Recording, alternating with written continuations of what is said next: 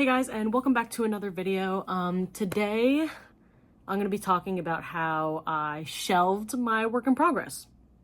So I didn't actually shelve it, but I kind of did. So long story short, with Swan of the Night, I found myself stuck. And if you've been following this channel for a while, you've known that I've kind of been stuck for a little bit. I went on a little writing retreat to try to re-inspire myself, which worked for a little bit, but I just kept on having so much struggle with the story structure of Swan of the Night for some reason. Like, I had the story in my mind, I had it in a simplified outline. But I guess the outline wasn't as detailed as I would like it to have been. I don't know. I think the story itself also just needs a little bit more restructuring. So I decided to shelve it for a little bit and just kind of regroup. Then came my other outline. So I was on my laptop and I was just kind of like going through some old files, and I came across an old outline from a novel that I wanted to write back when I was in college. And it was like a full outline, beginning, middle, end, part 1, part 2, part 3, part 4, etc. Like all the chapters were written out, exactly what I wanted to happen, who the characters were, etc. So I got like really excited because I was like, damn, like now I just got to write it, you know, like the book is there. So I think I'm going to take a break from writing Swan of the Night. It's still going to come out. It's still going to be published. It's still going to be finished. I promise. But it's just going to take a little bit longer. So Swan of the Night is currently going to be on the back burner. And I'm currently going to be working on a new work in progress novel called Phases. Picture like, I can't really give too much of it away, but I'm just going to say like Werewolf Fight Club. And it's not like I didn't like the story for Swan of the Night. I loved it. I love telling stories about real people. But the issue with that is that a lot more things have to be accurate.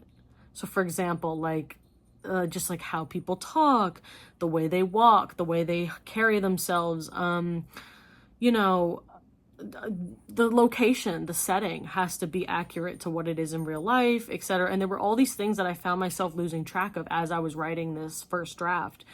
And I was just really, really struggling with it. So that's another reason why I decided to shelve it and go a little bit more sci-fi fantasy-ish, because I wanted to be able to write without so many boundaries, if that makes any sense. I wanted to be able to explore myself creatively. Also, Swan of the Night was written in first person because I've always ever really written in first person. This new work in progress called Phases is a third person novel. So I'm going to be attempting, at least, to write in third person for the first time for a novel. And I'm going to see how it goes. I'm really not really sure how it's going to go, but we're going to figure it out. All the chapters are laid out, so I can't fuck this up.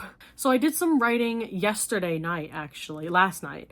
And I actually got 1,200 words written for Phases. I got the first chapter, parts, 3/4, I'd say, of the first chapter done. I got 1,200 words. I'm aiming for about 2,000 to 2,500 words per chapter. It's going to be it's not going to be like such a big book. Like, let's see, maybe like these two books combined, maybe? I'm aiming for about like 50,000, 60,000 words, but we're gonna see if we can even get to that. So, my new project going forwards, it is a sci-fi fantasy novel, kind of, set in New York City. Basically, it's this old woman and she is raising these young adult werewolves in New York City, and they discover illegal underground werewolf fight club. And I'm not going to say any more. But that's basically what it's about. I'm super excited. Right now I'm currently looking for a cover artist just because I like getting my cover as the first thing that I do. Just because it really, A, so I have it, B, so I can, you know, not have to worry about it later on, and C, it just really inspires me to keep going when I have a cover that, like, this is what I'm working towards. And that's just my own personal thing. So I'm looking for a cover artist. That's what the project's about. I just really wanted to share it with you guys. And I also wanted to let you guys know, just because I don't know if I don't know, in the next few videos, I probably won't be mentioning Swan of the Night that much for the next few videos, etc. Or until I decide to pick it back up again. We shall see. We'll see what 2025 brings too. Like, maybe I'll just decide to keep going with it later on in the year. But so far right now, it's going to be shelved.